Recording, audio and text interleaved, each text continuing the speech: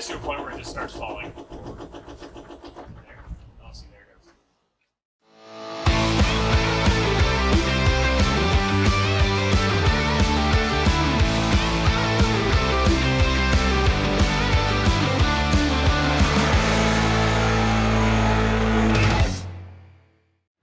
How's it going, everyone? So this is another project at MFR. We're going to be building an overland camper out of this LMTV. We're going to try to come out with episodes and sections of the build every month or so, but I mean, it's all up to scheduling. We got this truck with no box on it. The box that's on it, thought it'd be a good idea to use a refrigerator box because it's already insulated. It already has a structured roof.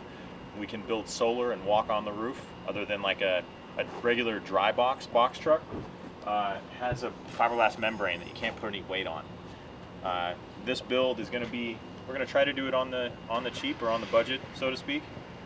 With I had to build the understructure for the box to give it so it has a little bit of flex, even though the box is strong enough to take any flex that the truck could dish out. So we got this truck for a pretty good deal.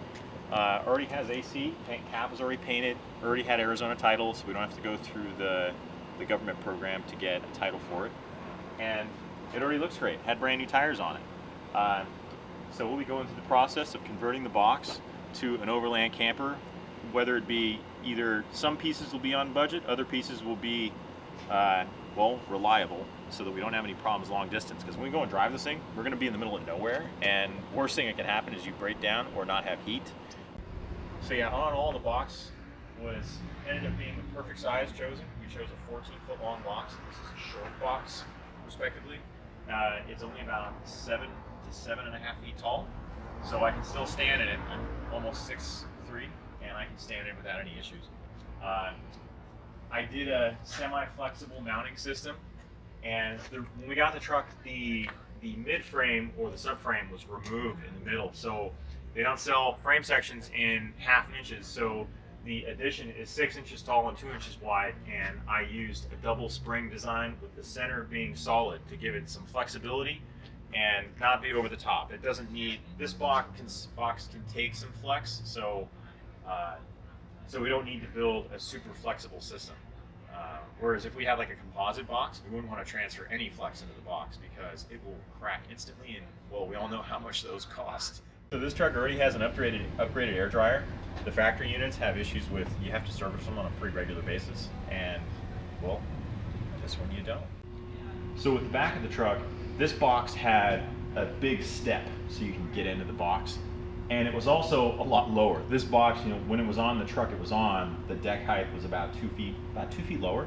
So when it had the step, it was great, but this rear door will get taken off and sealed off eventually. Just, we haven't gotten that far. It'll be in a future video.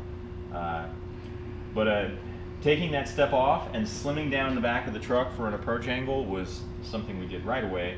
Got rid of the whole taillight housing assembly and slimmed it down. We welded a Class 5 hitch onto the original cross member that's underneath so we can tow. And then what we're working on the rest of today is we got rid of the stock muffler that it had, which is a side exit, and the muffler we used, we'll put a link in the description for the part number. Its general description is a school bus muffler, cost effective, they're about $65. It's a 5-inch through baffled muffler, and we're gonna go outside of the frame, between the tire and the frame rail, and exit back here behind the wheel to get the exhaust exit as far away from the cab as possible to decrease noise. All right, so the inside of this box, since it was a refrigerator box, it's already aluminum lined. It already is sealed to be watertight. So the box still has the original refrigerator unit on the front, which it seems like a great idea. Oh, you have great AC in this thing, but it's totally not necessary, and we can recoup some cost by selling that unit. That being said, when we remove that, we're going to paint the whole inside of this box a neutral color, something like white, and we can go ahead and start building the inside. In between painting it and adding a side entrance, we'll get rid of the roll-up door because, you know, it sounds like a good idea, but this is a big thermal loss. Like, there's no insulation on this door. There is for what it was used for, but not enough for what we want to use it for. We want it to be as efficient as possible, so we're using the least amount of fuel. So when we get our side entrance door and we go to install that, then we can seal up the back, paint the inside, and start building the inside of the box.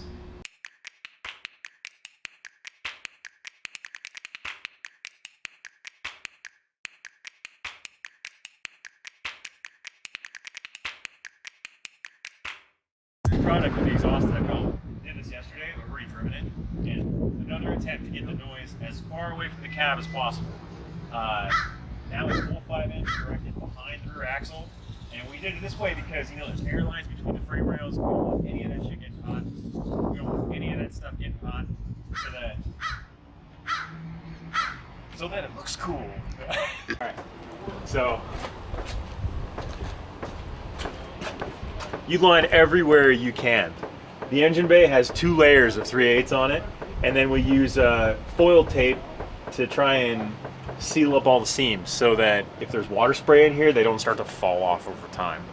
And just from putting these 2 layers of insulation, it goes all the way down to where the heater gets its air intake. It lowered the dB level about 10 to 12 decibels from idling and cruising down to the same parameters. It lowered the decibel level about 10 to 12 dB across the spectrum. So whether you're driving on the freeway or idling, but it's much more comfortable because, you know, when you're driving, to be comfortable, you don't want to have a whole bunch of road noise driving you nuts because you're going to get tired off of that.